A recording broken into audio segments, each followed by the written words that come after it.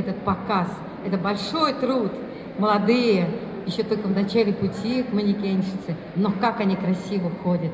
Это модельная школа для детей и подростков Вячеслава Зайцева и ее бессменный руководитель Качарова Аэлита Игоревна. Ваши аплодисменты. Большой, серьезный труд с молодыми. Спасибо, Аэлита Игоревна.